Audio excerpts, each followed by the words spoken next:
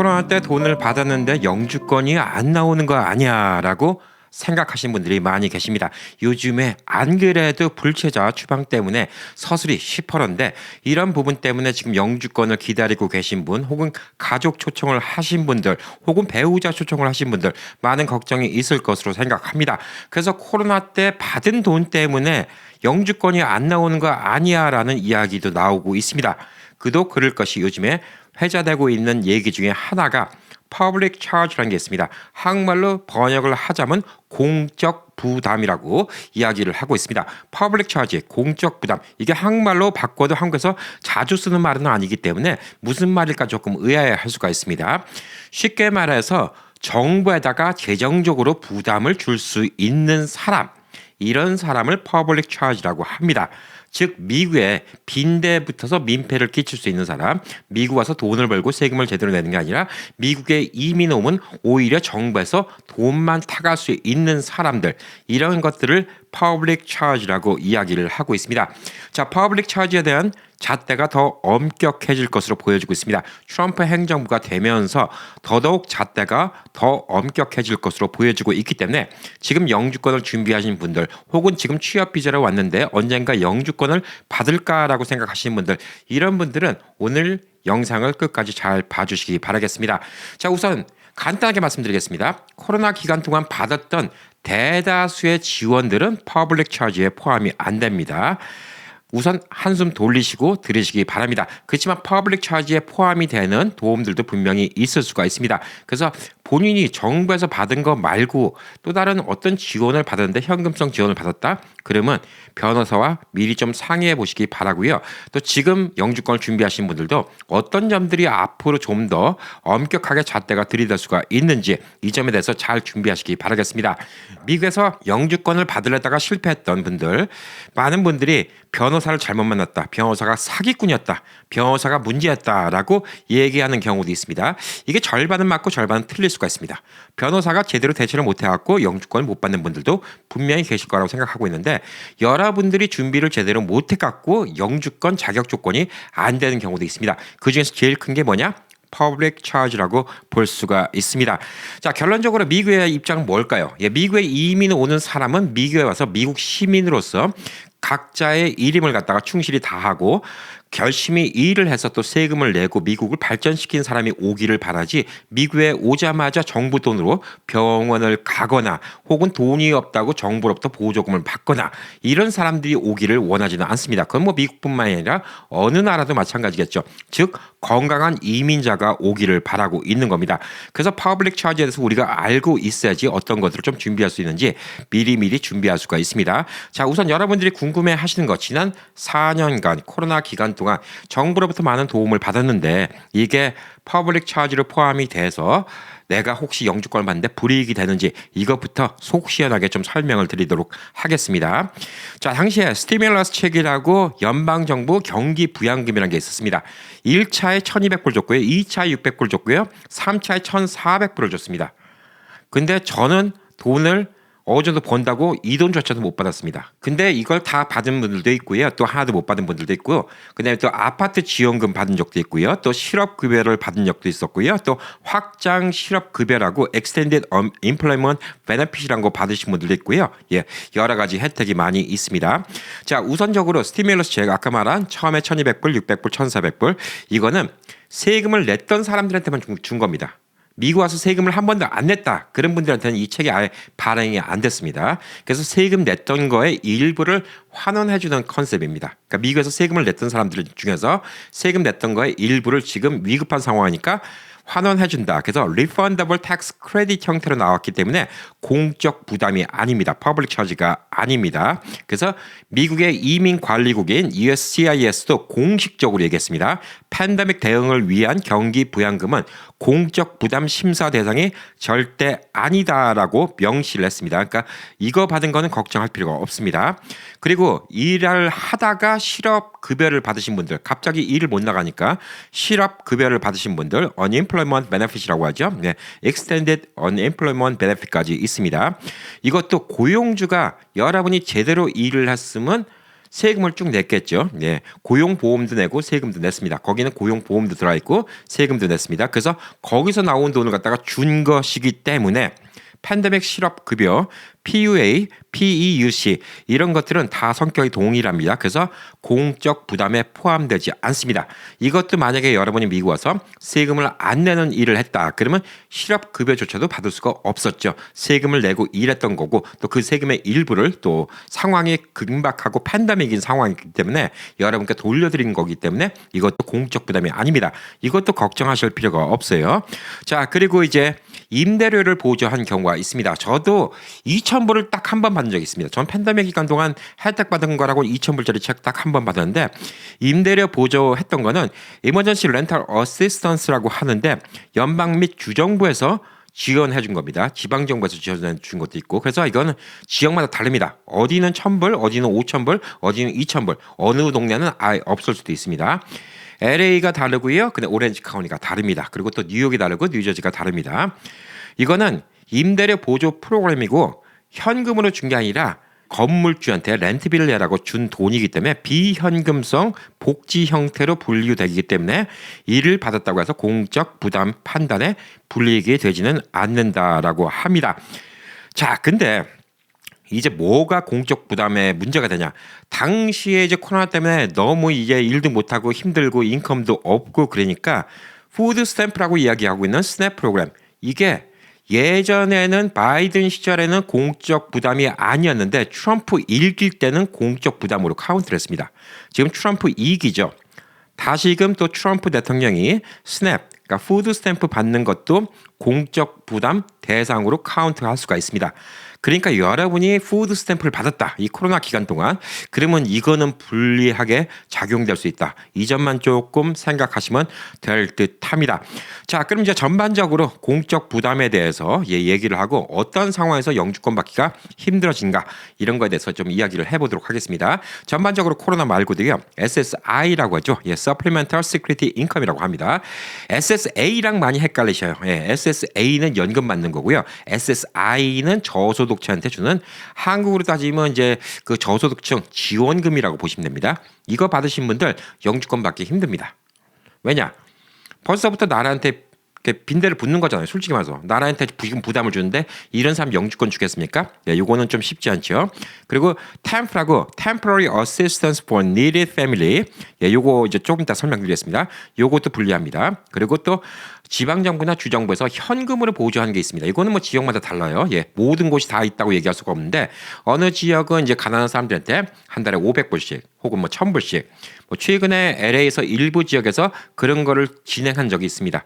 그러니까 최저 임금을 못 버는 사람한테 한 달에 1,000불씩 주겠다. 실험적으로 100명을 로터리를 뽑아서 주겠다. 근데 로터리 뽑았을 때는 좋죠. 기분이 좋지만 그게 나중에 영주권 신청할 때는 현금을 받았기 때문에 요거는 퍼블릭 차지에 들어갈 수가 있습니다. 그래서 이런 것들은 되게 불리할 수가 있습니다. 자, 그리고 트럼프 대통령이 1기 대통령 할 당시에 바이든 대통령 때는 안 그랬는데 아까 말했듯이 푸드 스탬프 받는 거, 그다음에 메디케이드, 공공주택 보조 받는 거 이런 것들을 다 공공 부담에다가 넣습니다. 그래서 지금 2기가 시작됐기 때문에 여러분이 뭐 렌트비 싼 뭐 저소득층을 위한 렌트비 아파트를 얻었다든가 혹은 메디케이드가 이제 나이가 들어야지 받는 건데 또 몸이 어디가 아파서 받았다든가 그다음에 뭐 푸드 스탬프를 받았다든가 이거 다 공적 부담을 해서 영주권 받는데 되게 불리할 수가 있습니다. 자, 그리고 이제 바이든 대통령 때나 트럼프 대통령 때나 언제든 간에 늘 한결같은 거 롱텀 케어 그러니까 장기 요양 시설에 있었던 경우 이거는 여전히 부정적으로 작용하고 있습니다. 이거는 영주권 받기가 되게 힘들다. 이렇게 좀 볼 수가 있습니다. 자, 아까 말씀드린 Temporary Assistance for Needy Family TANF라고 적혀 있는 거는 뭐냐면요. 도움이 필요한 가정에 일시적으로 현금을 지원해 주는 프로그램인데 임시 가족 지원입니다. 이거 뭐 영구적으로 주는 게 아니라 임시 가족 지원입니다. 만약에 누가 일자리가 없어서 먹고 살기 힘든다. 그러면 일자리를 찾아서 이제 경제적으로 자립할 때까지 좀 도와주는 거, 직업 훈련, 그다음에 취업 알선 이런 것도 포함되어 있고요. 아동들 양육을 해야 되는데 또 돈이 없어요. 아동의 건강과 복지를 증진하는데 또 도움을 주고 있습니다. 자, 그리고 또 너무 가난해서 가족끼리 뿔뿔이 흩어져야 됩니다. 이것도 이런 가족들한테 어려움으로 인해서 가족들이 해체되는 걸 방지하는 게 또 이 목표이기도 합니다. 그런데 이런 TANF, Temporary Assistance for Needy Family, 요거는 영주권 받는데 되게 불리하다, 이렇게 좀 볼 수가 있습니다. 자, 그리고 또 미국에서는 이제 연방 빈곤선이라는 게 있습니다. 이게 뭐 해마다 달라지죠. 물가가 올라가니까 연방 빈곤선이라는 게 있는데, 연방 빈곤선보다는 125% 이상. 그러니까 무슨 얘기냐면 미국에서 가난하다고 생각하는 사람들 기준보다는 25%를 돈을 더 벌어야 되는 거예요. 그렇지 않으면 영주권을 안 준다는 거죠. 혹은 영주권을 초청한 사람, 뭐 예를 들어서 남편이 아내와 결혼해서 영주권을 초청한다. 그러면 남편의 인컴이 연방 빈곤선은 넘어가야 된다는 겁니다. 그래서 미국에서 48개 주하고 워싱턴 DC는 똑같이 기준을 따지는데 알래스카하고 하와이는 기준이 다릅니다. 이건 따로 알아보셔야 됩니다. 우선 미국 내에서 대다수 주에서 지금 기준을 하고 있는 연방 빈곤선은 한 명인 경우에는 15,600불이에요. 두 명인 경우는 21,000불. 그래서 125% 이것만 벌면 안 돼요. 이거 이상 벌어야 됩니다. 그래서 만약에 여러분이 국제 결혼을 해요. 그래서 부인 되시는 분이 한국에서 와서 영주권을 받아. 근데 남편분이 21,000불만 번다. 두 명에는 21,000불이니까 21,000불만 번다. 그러면 돈을 못 버니까 네 가족 어떻게 부양할래? 그래서 영주권 안 나옵니다. 무슨 얘기냐면 26,250불을 벌어야 돼요. 125%. 그리고 이제 4인 가족이 온다. 그러면 지금 39,750불을 벌어야 됩니다. 이게 2024년도 기준입니다. 2025년도에는 또 올라갈 거고요. 그다음에 지금 영주권 진행돼 갖고 한 2026년도쯤 받는다. 그러면 또 올라갈 거이기 때문에 연방 빈곤선 이상 벌어야 되는 거, 이거는 꼭 확인해 보셔야 됩니다. 자, 그래서 이제 뭐 한 8명인 경우는 66,000불까지 벌어야 되는데 8명이 다 오는 경우는 뭐 별로 없으니까. 그런데 만약에 이만큼 소득이 안 된다. 그러면 이제 어떻게 하냐면 이 스폰서를 구할 수가 있습니다. 스폰서를 구할 수가 있는데 스폰서의 텍스 리턴, 텍스 보고도 되게 중요합니다. 그래서 이 초청하는 사람들의 뭐 가족들의 텍스 보고 이런 것들이 되게 중요하다, 이렇게 볼 수가 있습니다.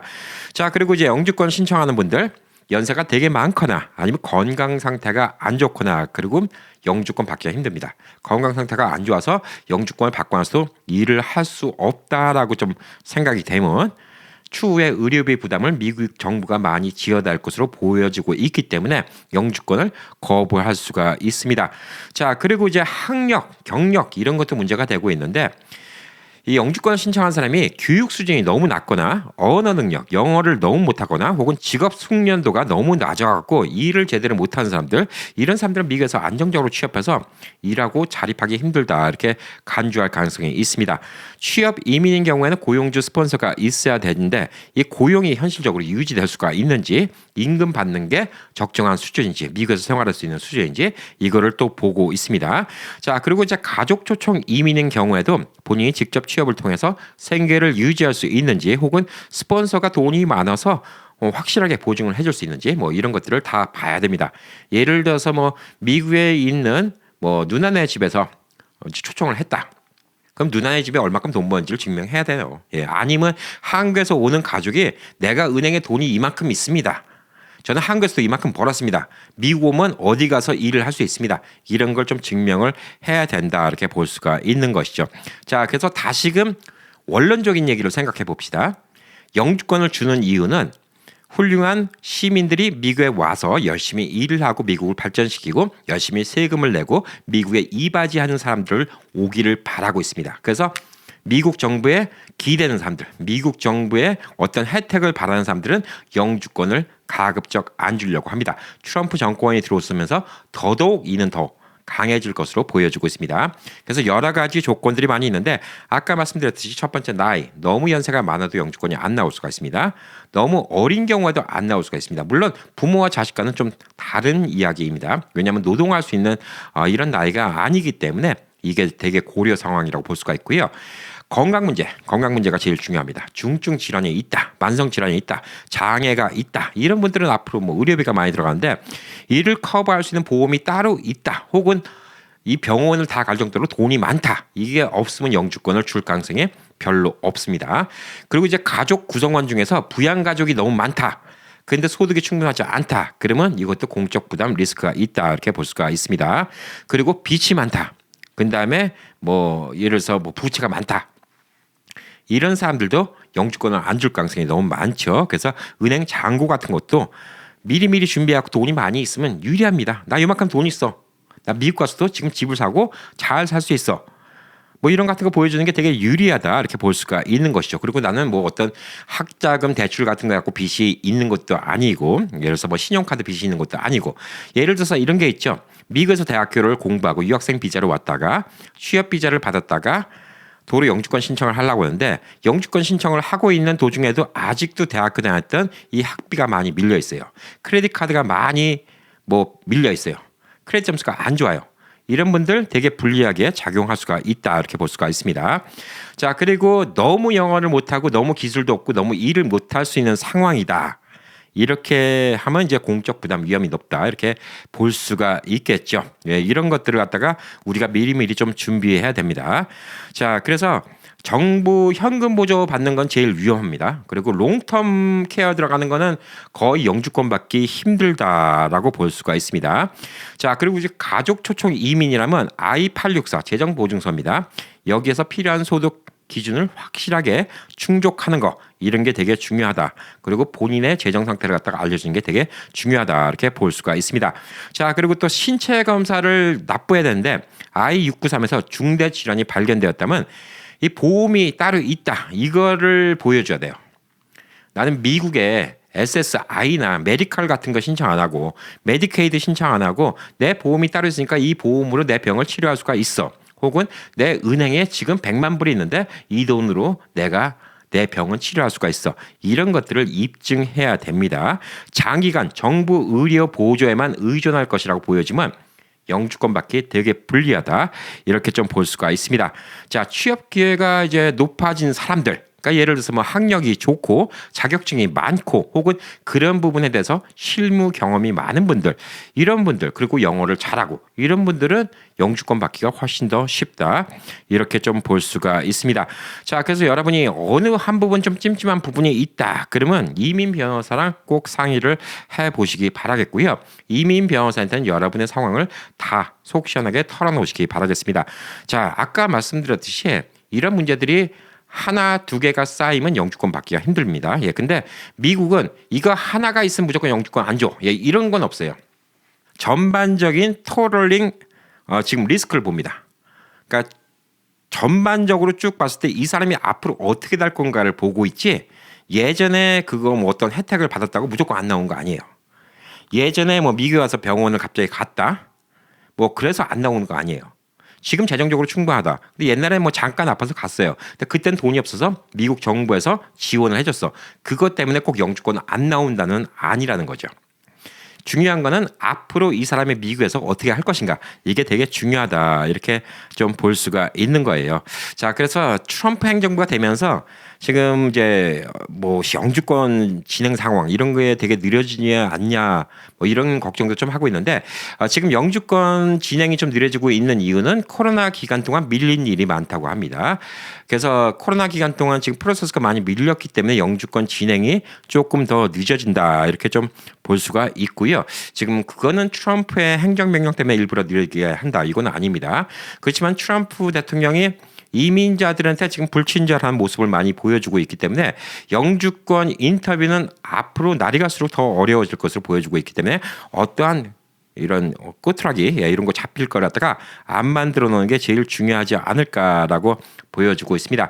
자, 그래서 오늘 이제 여러분께 좀 도움이 됐길 바라고요. 또 참고로 또 궁금하신 점들이 이런 게 있습니다. 시민권자가 되면 그래도 미국에서 쫓겨날 일은 없잖아요. 예, 쫓겨날 일은 99.9% 없다고 봐야 됩니다. 근데 쫓겨난 케이스는 딱 3케이스 정도 있습니다. 첫 번째는 시민권을 받았을 때 제출했던 서류에서 위증이 발견됐을 경우, 그러면 시민권을 캔슬시킬 수 있습니다. 예를 들어서 시민권 신청할 때 감옥에 간 적이 있었냐? 그러면 얘기를 하죠. DUI 걸렸었다. 얘기를 하면 됩니다. 근데 뭐 DUI 걸린 지 1년 만에 시민권 신청한다? 뭐 디나이 나올 수 있습니다. 근데 몇 년 전, 한 10년 전에 DUI 걸린 적이 있었다. 솔직하게 얘기하면 됩니다. 근데 그걸 거짓말로 했어. 없었다. 나중에 시민권 받았는데 그게 발각됐다. 시민권 박탈당할 수 있습니다. 예를 들자면 그런 거예요. 어떤 범죄 기록이 있다. 없었다라고 거짓말하는데 나중에 발각되면 시민권 박탈당할 수 있습니다. 그게 한 가지 케이스고, 그 나머지 케이스는 뭐냐면 적국에 유리하게 행동을 한 사람, 스파이.